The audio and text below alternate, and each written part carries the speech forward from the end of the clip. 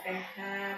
Terima kasih Bu Yus sudah memberikan waktu untuk saya. Padahal Bu Yus mungkin banyak kesibukan-kesibukan lainnya, tapi alhamdulillah Bu Yus memberikan waktu untuk saya. Terima kasih Bu Yus. Tadi apel ya Bu Yus ya? Alhamdulillah. Oh iya. Alhamdulillah. Bu Yus, di sini saya nih sebagai CGP angkatan 11 Kota Prabu Muli, khususnya saya bertugas di TK 1 Atap SDN 60. Di sini saya akan mewawancarai Bu Yus ataupun menggali informasi di khususnya di TK 1 Atap SDN 73 Kota Prabu Muli ini, karena Bu Yus sebagai pimpinan di TK 1 Atap ini ya Bu ya. Mohon izin, terima kasih sudah bersedia membantu saya, karena di sini Bu saya mempunyai tugas dari CGP saya sebagai guru penggerak, calon guru penggerak. Di sini saya akan memenuhi tugas demonstrasi kontekstual modul 3.1 tentang pengambilan keputusan berbasis nilai-nilai kebajikan sebagai pemimpin. Nah, di sini alhamdulillah Bu Yus sudah membantu saya untuk diwawancarai Bu ya. Di sini saya tidak banyak Bu, hanya 8 pertanyaan, tapi mungkin penjabarannya yang banyak Bu ya. Iya, benar. Jadi Bu, di sini saya ingin bertanya kepada Bu Yus, bagaimana Bu Yus dapat mengidentifikasi kasus-kasus yang merupakan dilema etika ataupun rujukan moral Bu? Ya, saya melihat dari sudut pandang moral dan hukum. Apabila kasus tersebut melanggar hukum, maka sudah tentu benar lawan salah. Namun, jika masih bisa dikatakan benar lawan benar, masalah tersebut berarti ada dilema etika. Oh iya, berarti saya itu ya Bu ya, Masya Allah ya Bu. Nah, jadi selama ini bagaimana Ibu menjalankan pengambilan keputusan di sekolah Ibu, terutama untuk kasus-kasus di mana ada dua kepentingan yang sama-sama benar, sama-sama mengandung nilai kebajikan Bu? Selama ini saya kalau melakukan identifikasi kasus begitu ya dari berbagai sudut pandang, kemudian saya menimbang secara matang mana yang paling benar dan ataupun keputusan tersebut menguntungkan bagi orang yang banyak atau ada yang dirugikan gitu. Tidak ada yang dirugikan ya Bu. Jadi berusaha dari keputusan yang saya ambil untuk jangan kata orang jangan sampai menguntungkan sebelah pihak. Oh iya, jadi kalau ada pihak lain kita untungkan dan pihak lain kita rugikan. Benar-benar akan berusaha biar imbang. Iya, balance ya Bu ya. Iya, jadi tidak cemburu sosial. Jadi Ibu melakukan mengidentifikasi dulu ya Bu ya dari kasus-kasus yang sudah dilihat dari sudut pandangnya ya. Oke Bu. Nih, jadi Bu, langkah-langkah atau prosedur seperti apa yang Ibu lakukan selama ini di sekolah Ibu? Langkah-langkah yang saya ambil nanti ya, selama ini saya akan menentukan penyebab dari permasalahan tersebut. Gitu saya, misal saya nggak ada tempat, mungkin saya seperti kasus-kasus kemarin ya, di sekolah kita saya akan hanya salah satu guru ya yang mungkin tahu permasalahan itu. Benar. Terus dan dari situ bisa kita menentukan masalah itu terkait ke siswanya, yang ternyata siswa ini yang bermasalah atau siswa yang mana. Jadi saya tidak langsung ambil keputusan gitu. Dan juga saya biasa juga ada, karena kita ada training service ini, saya juga akan melibatkan ke sekolah itu, saya libatkan, saya tanya juga mungkin siapa tahu kan mereka juga tahu ya. Benar. Jadi menanyakan kepada orang-orang yang terdekat khususnya ya Bu ya, warga sekolah benar ya. Jadi kita tidak mungkin memberikan keputusan secara pihak ya, jadi kita lihat ya dulu. Oke Bu, ya benar-benar. Nah, di sini Bu, hal-hal apa saja yang selama ini Bu anggap efektif dalam pengambilan keputusan pada kasus-kasus dilema etika? Kalau yang saya lakukan itu tadi saya menganalisa ya, Ya. terus dari kasus tersebut kemudian saya menentukan solusinya. Nah biasanya saya akan menyesuaikan dengan peraturan-peraturan dan norma yang berlaku. Oke Bu, iya. Terus kita mengedepankan kepentingan bersama ya, bersama agar solusi itu bermanfaat bagi orang banyak dan berkelanjutan. Masya Allah, benar Bu ya. Jadi kita harus pasti masih balik-balik ke peraturan dan norma yang sudah berlaku di TK kita ya Bu ya. Benar. Iya. Jadi Bu, hal-hal apa saja yang selama ini merupakan tantangan nih dalam pengambilan keputusan pada kasus-kasus dilema etika Ibu di sekolah?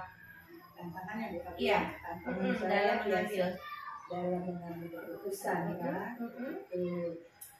Karena jujur ya kita ini baru, apalagi saya baru jujur dalam memiliki itu saya rasanya bukan ranah saya selama ini ya, yang sebagai guru, tapi itu tadi saya akan berusaha mencari solusi yang ada dulu, mencari keputusan yang terbaik untuk kedua belah pihak, jadi kita adalah yang benar gitu ya dalam mengambil keputusan harus memungkinkan kedua belah pihak. Jadi mungkin saya akan tanya-tanya juga ya kepada yang sudah lama menjadi kepala sekolah. Benar-benar tidak merugikan salah satu pihak ya Bu ya.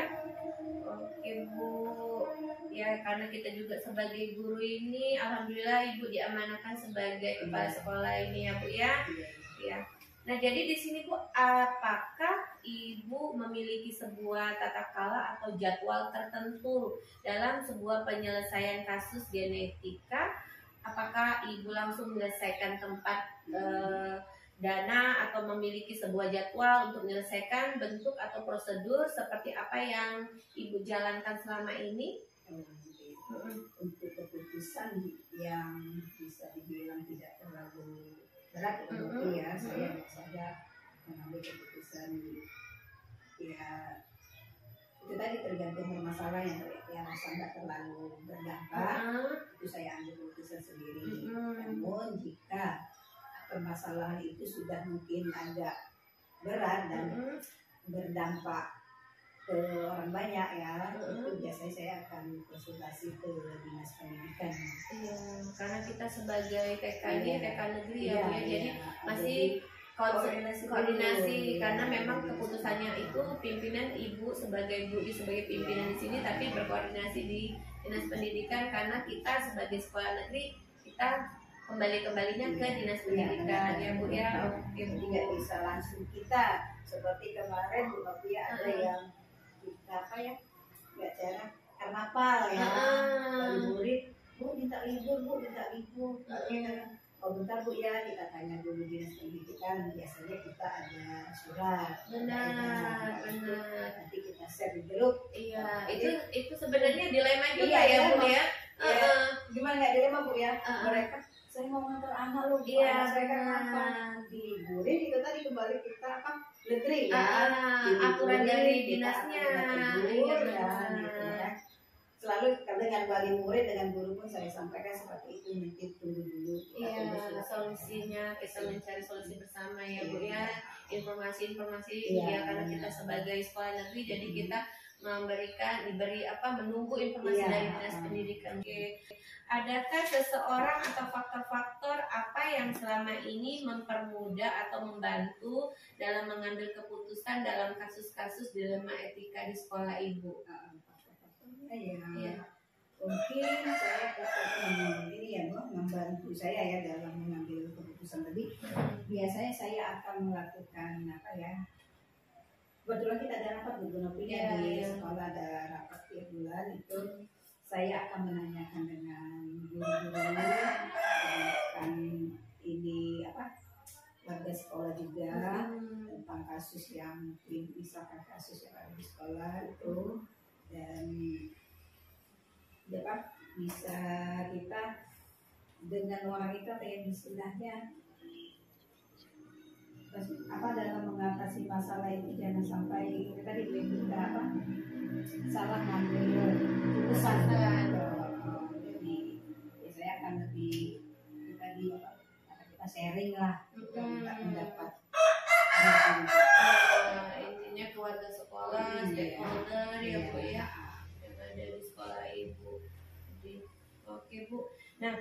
dari semua hal yang telah disampaikan oleh Bu Yus, pembelajaran apa yang dapat Bu Yus petik nih dari pengalaman Bu Yus mengambil keputusan dilema etika ini, Bu Yus? Iya, pengalaman.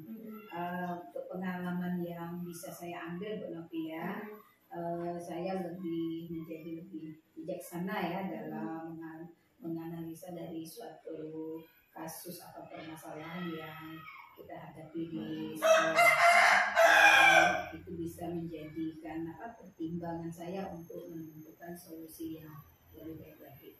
Masya Allah, ya, karena mungkin kita sebagai pemimpin itu harus bijaksana intinya ya, Bu ya. Ya, terima kasih Bu Yus sudah memberikan informasi-informasi. Semoga mungkin insya Allah kalau dilihat orang, pendidik dapat bermanfaat lah untuk kita semua ya Bu ya. Ya, terima kasih sekali lagi Bu sudah memberikan waktu. Assalamualaikum warahmatullahi wabarakatuh. Sehat-sehat ya Bu Yus. Waalaikumsalam warahmatullahi wabarakatuh. Sehat juga Bu. Iya, terima kasih Bu Yus.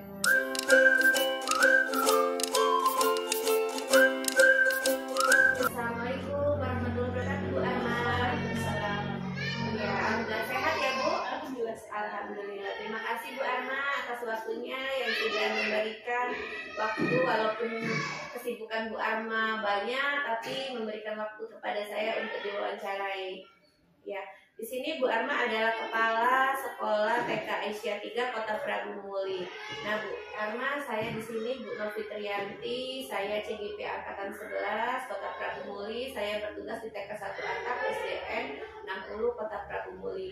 Di sini saya melaksanakan tugas wawancara untuk memenuhi tugas saya di modul 3.1 tentang pengambilan keputusan berbasis nilai-nilai kebajikan sebagai pemimpin. Siap Bu Arma untuk diwawancarai Bu Arma? Siap, insya Allah. Masya Allah Bu ya.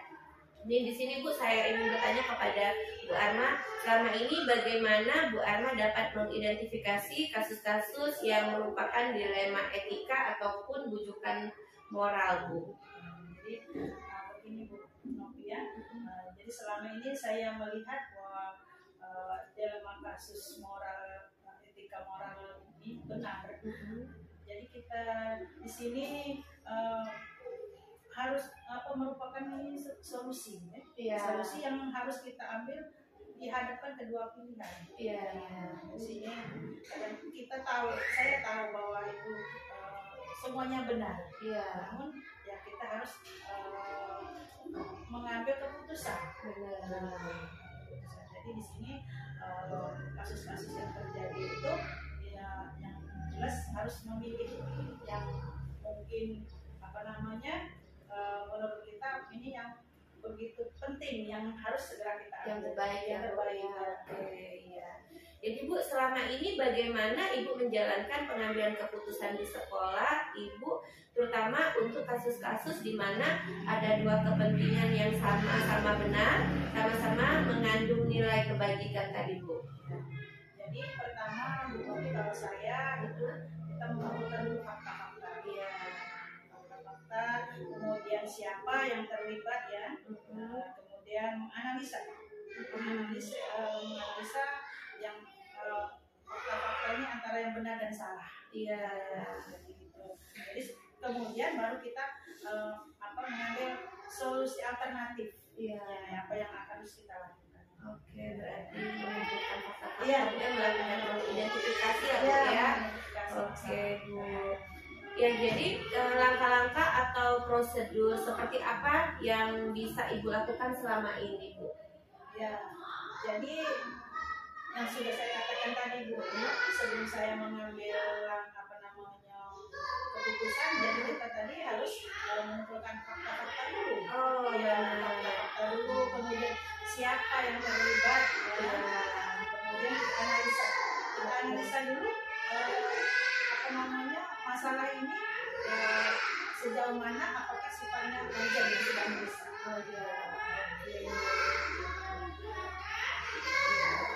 di sini hal-hal apa saja yang selama ini Ibu anggap efektif dalam pengambilan keputusan pada kasus-kasus dilema etika, Bu?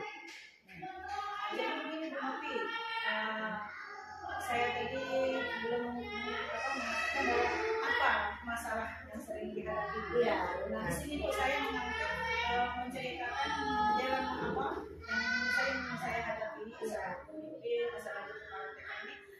Ketika kegiatan belajar mengajar sudah berlangsung, nah di situ ada sebagian sih, tidak semua, orang tua anak itu mereka menginginkan bahwa kegiatan kita di sekolah itu lebih banyak difokuskan untuk melatih anak-anak mereka itu supaya bisa baca tulis. Nah itu jangan mampu bagi kita.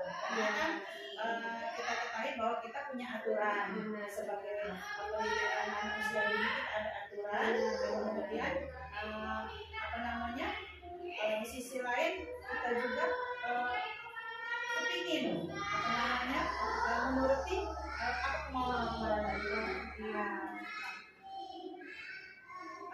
kalau kita mau mengambil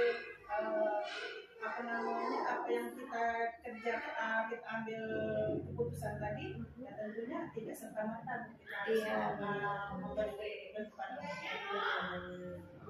Berarti tergantung peraturan kita ya, Bu, ya. Kita masih berpatokan dengan aturan-aturan yang ada ya, Bu, ya. Oke, Bu.